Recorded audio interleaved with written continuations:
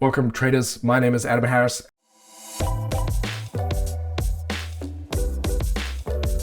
And this is your weekly overview. So today is Monday, the 27th of March, 2023.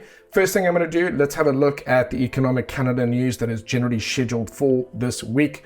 Really, I'm going to move straight through till Tuesday. So we've got President Lagarde speaking out of the ECB. We've got some consumer confidence news out of the US that day. Wednesday, we have got pending home sales, as well as crude oil inventories. Not too concerned about that. Thursday, we have got a potential Bank of England inflation letter. We'll see how that goes. And then we have got US GDP quarter-on-quarter figures coming out, as well as initial jobless claims. Finishing off with Friday, we've got GDP coming out of the UK, CPI data coming out of Europe, and core PCE price index data coming out of the US. So all of those are really areas where there could be some increased volatility. Remember that right now the market is more sensitive to any indicators of inflation or economic instability, and that's really kind of, they would normally not get as much focus as they are these days, and I'll be the first to tell you when they are not necessarily of great importance. For example, crude oil inventories right now is not really a big thing.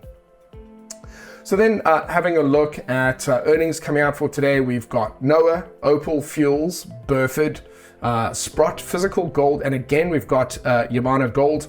It feels like we're getting one of those every week lately. And then dividends, we've got Canadian Imperial Bank, Manila Electric, and Heartland Express. So you might not be familiar with some or all of those brands, but they are literally probably the most well-known out of the lot. There's really not a huge amount anyway for today.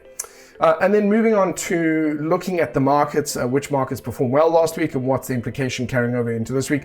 Gold is continuing to test resistance. There is a strong possibility that it's going to come back down towards, say, 1950 and then potentially continue up from there. We'll see. It's a bit overextended. It's batting a bit with resistance levels. And although it is principally still bullish, there might well be a bit of a correction this week.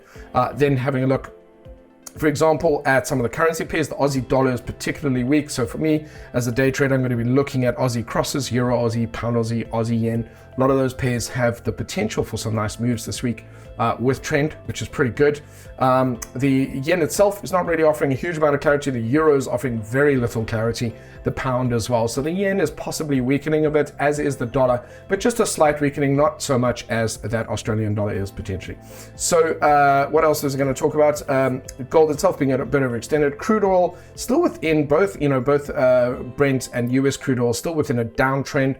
Potentially this week having moved back up to test resistance, that could continue down this week. So that could be something that's happening. And then where it does, for me at least, get very interesting is having a look at the indices, the global indices, the US indices. Although they are still trending downwards, a lot of them have produced some bullish signals on Friday. There could be some temporary pushes to the upside, and we'll see if that's enough to change the current downtrend to break outside of it. But there is some possibility, there's certainly some signs of bullishness in the markets. They're going to attempt to push higher. When we look at individual equities, just starting for example with Apple, they're looking really, really nice and good. Coca-Cola is looking very nice and good, but not everything is performing that well. I mean, I can see as well Meta, Facebook, looking nice and strong. So nice bullish moves there, but it's a mixed bag. But tech stocks, which have taken quite a beating over the last 18 months, a lot of them are pushing up a little bit higher. Is it enough to turn things around? Well, the point is that there is definitely a bullish sentiment in part and parcel in different sections of the market, and it's interesting, probably taken on a case-by-case basis. Cryptos have had some big moves, but they're not really offering much clarity at the moment, and neither are bonds. So the ones for me that are of most interest is, for example, the Australian dollar for currencies on my watch list.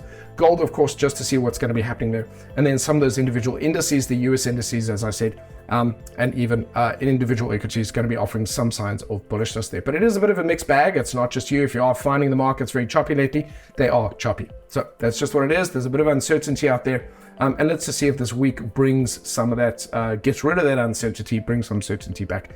And that's it from me. Have a fantastic week.